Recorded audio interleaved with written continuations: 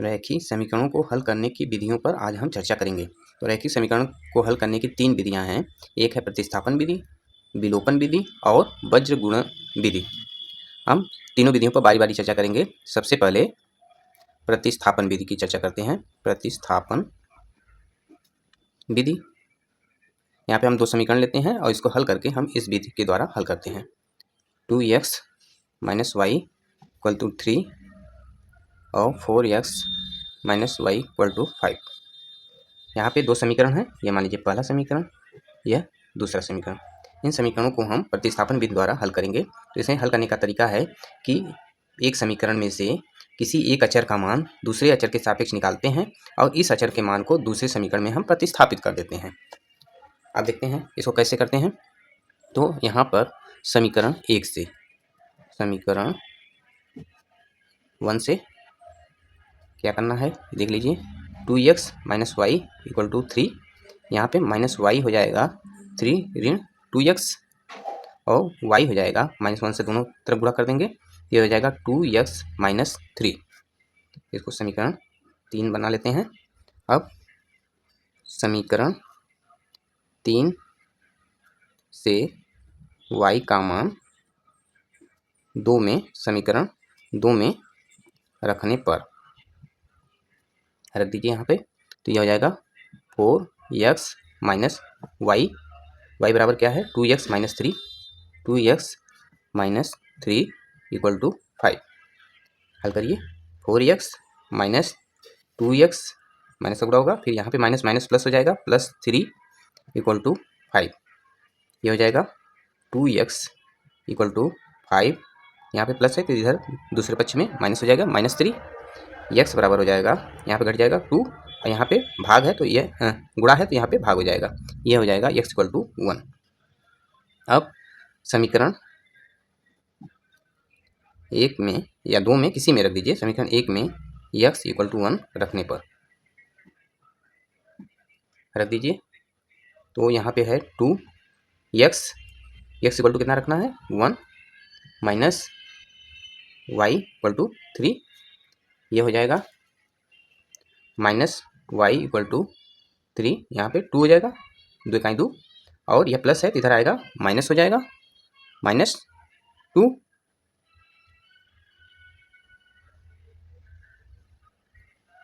तो यहाँ पे क्या आ जाएगा -y = 1 और y = -1। इस तरह से, इस प्रकार हम क्या प्राप्त किए।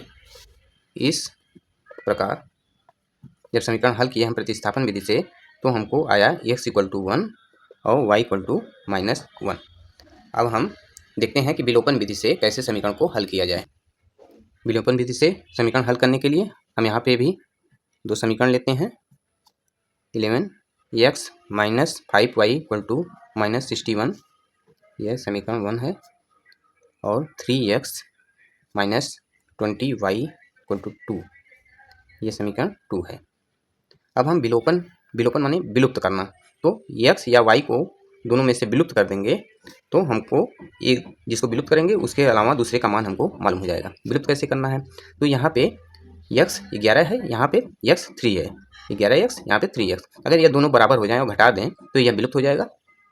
उसी प्रकार यहाँ पे देखिए, यहाँ पे 20 है, 20y, यहाँ पे 5y है। अगर यहाँ पे हम 4 से गुणा कर दें तो ये भी 20 हो जाएगा, ये भी 20। यहाँ पे माइनस माइनस दोनों हैं। अगर हम इसको जो है घटा दें तब भी यह विलुप्त हो जाएगा। इस तरह से हम देखते हैं, और जिसको आसानी से हम विलुप्त कर सकते हैं उसी को हम विलुप्त करने का प्रयास करते हैं। जैसे यहाँ पे भी 3 का गुणा करना पड़ेगा, 33 होगा। यहाँ पे 11 का गुणा करना पड़ेगा, ये भी 33 होगा। दोनों में गुणा करना पड़ेगा। इसमें केवल 4 का हम गुणा कर देंगे तो यह इसके y के बराबर हो जाएगा। तो चलिए करते हैं, 4 का ऊपर गुणा करते हैं। तो समीकरण 1 × 4, 1 में 4 से गुणा करने पर क्या हो जाएगा 44x ऋण 5 × 20y = -4 × 6 = 24, 200 - 244। और नीचे कितना है 3x - 20y = 2।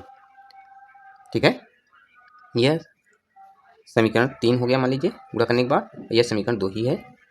तो समीकरण 3 माइनस समीकरण तो घटाने के लिए क्या करेंगे, घटाने के लिए सर्वप्रथम इसके चिन्ह को बदलकर जोड़ लिया जाता है।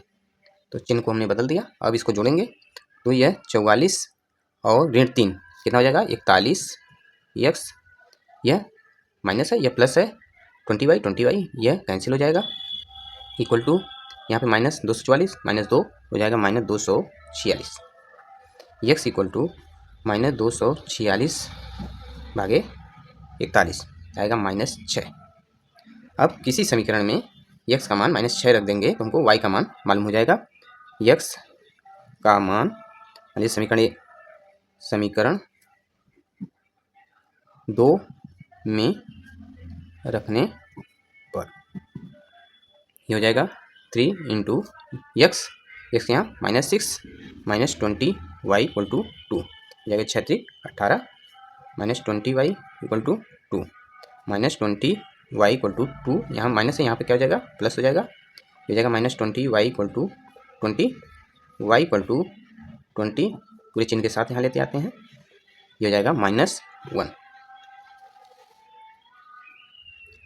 अब देखते हैं इस प्रकार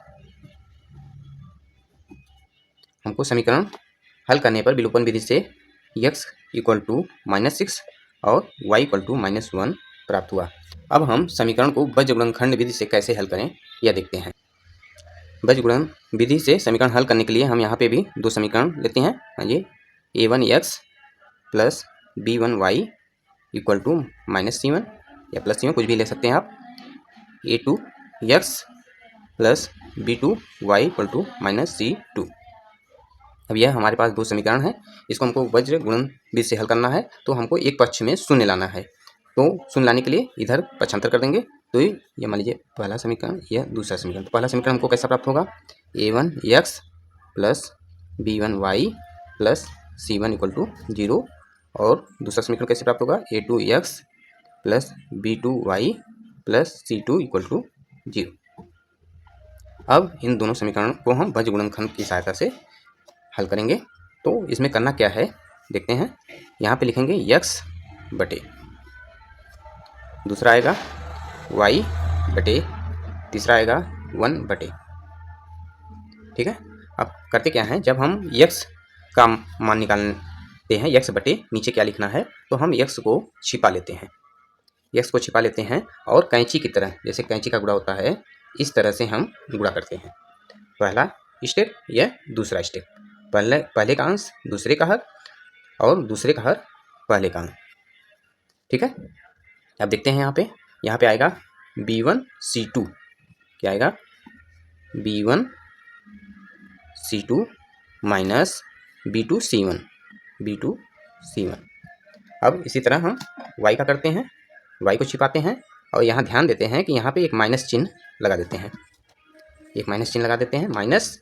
अब y को छिपा लिया, फिर वही प्रक्रिया पालन करेंगे, a1c2 माइनस a2c1।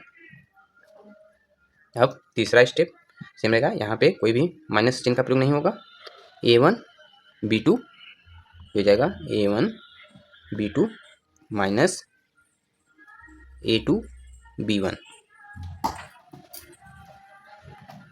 अब देखते हैं इसको, तो x equal to b1c2 minus b2c1 बराबर y इक्वल टू, माइनस का अंदर गुणा कर दीजिए, तो ये माइनस माइनस प्लस यह हो जाएगा।